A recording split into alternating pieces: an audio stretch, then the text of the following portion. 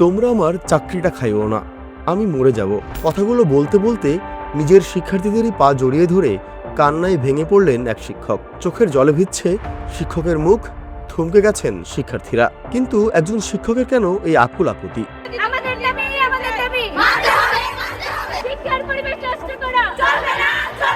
উত্তর মিলবে গত 23শে জুলাই শিক্ষা মন্ত্রণালয়ের নেয়া এক বদলির আদেশে।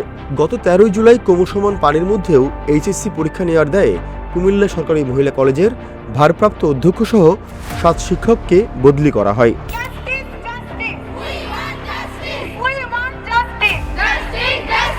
তবে শিক্ষার্থীরা বলছেন, দুর্যোগের মধ্যেও সময়মতো পরীক্ষা স্থগিত করা হয়নি শিক্ষামন্ত্রীর সিদ্ধান্তহীনতার কারণে। কিন্তু বলির পাঁঠা বানানো হচ্ছে শিক্ষকদের। এই আদেশের প্রতিবাদে তাই আন্দোলনে নামেন প্রতিষ্ঠানটির শিক্ষার্থীরা। কিন্তু আন্দোলনের কারণে যদি চাকরিটাই চলে যায়, সেই ভয়ে শিক্ষার্থীদের পা ধরে আন্দোলন বন্ধের আকুতি জানান ওই শিক্ষক। একদিকে চাকরি হারানোর আতঙ্কে শিক্ষকের কান্না, অন্যদিকে বদলির সিদ্ধান্তের বিরুদ্ধে শিক্ষার্থীদের ক্ষোভ।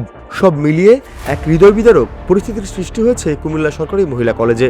শিক্ষার্থীদের সাব কথা, এমন অন্যায় আদেশ মেনে নেওয়া হবে না।